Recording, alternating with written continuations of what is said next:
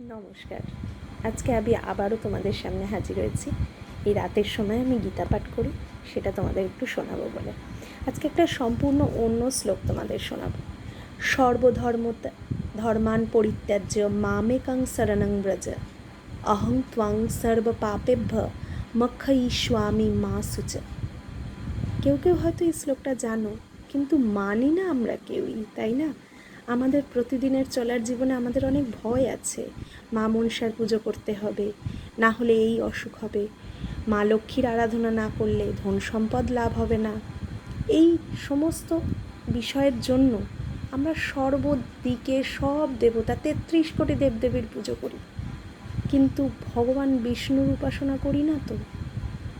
ভগবান বিষ্ণু গীতার এই সারটাই বলে গেছেন যে সব রকম ধর্মানুষ্ঠান তোমরা পরিত্যাগ করে শুধু যদি আমার নাম জপ করো, আমার শরণ নাও, তাহলে এই কলিতে তোমার সমস্ত পাপ থেকে তোমায় মুক্তি দেব আমি। আত্মসমর্পণ করে যদি আমার উপর সব কিছু ছেড়ে দিতে পারো, তাহলে তোমার এই কলিযুগে জড় জগৎ থেকে মুক্ত হয়ে তুমি ভগবত ধামে পৌঁছতে পারবে।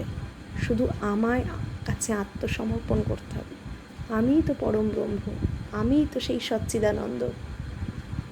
তাহলে আমার কাছে আত্মসমর্পণ করলেই তোমার সমস্ত পাপ থেকে মুক্তি, সমস্ত পাপ হরণ করে আমি নিয়ে যাব সেই ভগবত ধামে, যেখানে গেলে কাউকে আর এই জড় জগতের রোগ শোক জরা জীর্ণ দুঃখ ভোগ করতে হবে না।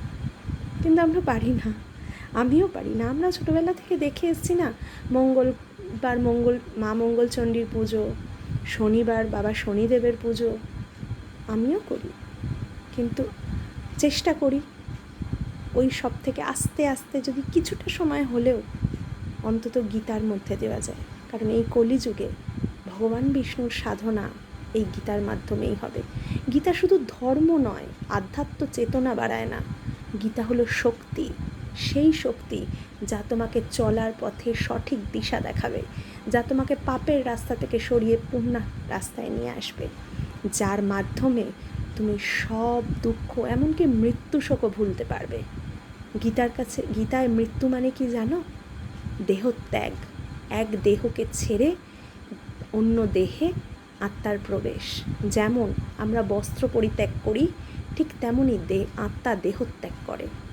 যদি তোমাদের ভালো লাগে আমাকে আবার জানিও, আমি পরের দিন আবার আসবো তোমাদের সাথে আমার এই গীতা জ্ঞান শেয়ার করার জন্য। নমস্কার।